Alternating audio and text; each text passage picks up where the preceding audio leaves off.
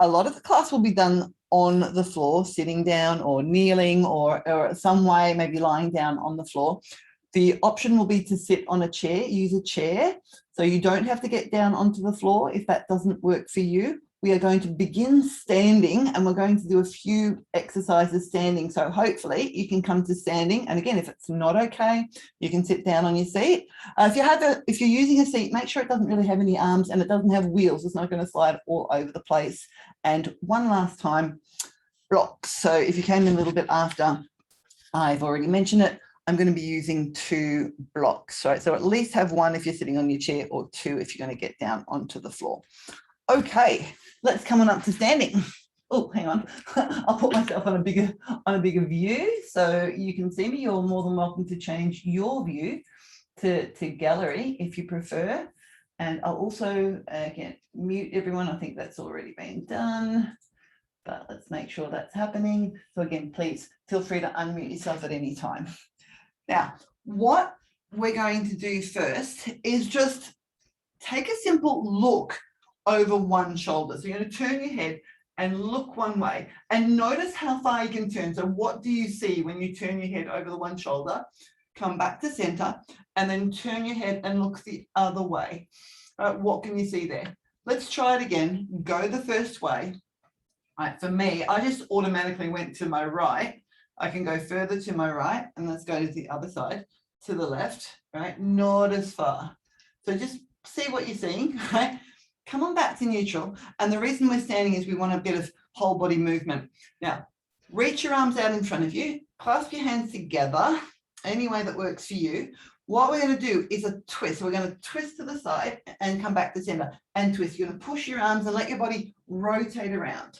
So by standing, we just get a bit more movement than if we were seated. And just keep going, twist. It's just to the one side, twist and twist and twist. Do a few more of these, twist. Oh, I'm letting my heel come off the floor, my toes lifting up. I'll do 2 more. Twist and twist, and then pause. Now, take a look over that shoulder, the direction that you were turning. Can your head turn further? Now, mine absolutely can. Right, come on back to center. Let's try it the other way. So get your hands together again. You might want to change which thumb is on top. Let's do the same thing. Let's go twist that way and twist and twist. Oh, I notice a difference even in my entire body, how it feels to twist. Right, so you're rotating and rotating. Right, we're letting the rib cage turn. You're letting your head just turn as it will with your arms. Let's do a couple more of those. Twist, twist, and twist. Okay, let your arms release again. Now your head, turn the other way. Ah, okay, that's amazing. Right, to me, was that magic for you? That's magic for me. I could turn my head quite a bit more actually, or at least I've convinced myself that I can turn my head quite a bit more when I do that. All right, now I just wanted you to stand so you can get more movement there in your body. We're actually going to come and sit down now. So sit down either on your seat or if it's okay to sit down on the floor. And just sit in a comfortable position. You might be able to sit on a pillow or a block. I'm going to come in closer and cut my legs off just so you can see me a little bit better. My upper body, my arms and shoulders and my head. And actually I might even get my hair out of the way so you can see that even better. Right, so hopefully, actually, let's have a look in the chat box to see if anyone's put a comment on that. Did it work right? Okay, alrighty. So let's do that again. Let's say now that we're sitting or you're heading on down to a seated position, just turn your head again one more time. Turn one way. Come back to center. Turn the other way. And it's just a good demonstration of how when we move something, right, the whole body gets involved, right? So it's twisting the body and that neck's able to turn further. Oh, I'm hoping you got to feel a bit of a difference. All right, so we've turned both ways again. Now we're going to go the other way, as in ear to a shoulder. Just let your ear come to one shoulder and then back to center and then your other ear to your other shoulder. See how I turn my head? I don't mean to do that. And then come back to center. Again, take an ear to one shoulder and back on up, and then an ear to the other shoulder, and then up. And now I'm going to kind of add the 2 of those together into a full circle with my neck. I'm going to try to turn my head, drop the ear, bring my chin down towards my chest, go the other way, turn a little bit, lift my chin up and go around. Now, if this does not feel okay for your neck, can you do a smaller circle? You might want to think about your nose making a little circle in space, like going around a little coin or something.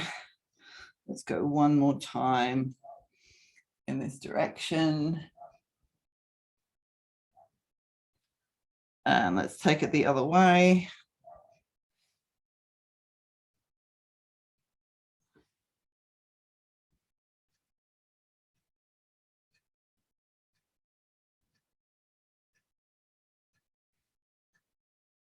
One. And then lift your head up when you're ready, when you're done with the circles. Now we're going to head ramp.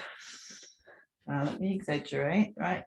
A lot of us have our chin out and forward, right? See how there's more space here in the front of my neck and there's less space in the back of my neck, right? Most of you aren't this far in front. This is an exaggeration, but we want to do what we call head ramping. So your chin drops down a little bit and then you draw your head back and lift up through the top of the head. Right? And I'm ending up with my ears kind of over my shoulders. I'll show you again. So I'm going to just reach out, lift my chin up. Right, that's kind of common for me, but this is a more exaggerated version. Your chin goes down and back, and I kind of give myself a bit of a double chin at the same time. And I'll do that one more time. Right, chin goes out, down, and back. And I want to think about really lifting up through the top of my head, and that gives me more space now in the back of my neck. And I'm going to do my best to kind of keep it in that sort of position, which won't be all that long. That's an exercise of itself, just head ramping. So these muscles at the back of the neck that are not used to helping keep my head in this position are doing a lot of work right now. You'll find it creeping in and out for me. Okay, once we've got that sorted, we're going to just pick up a block in one hand, hold on to it.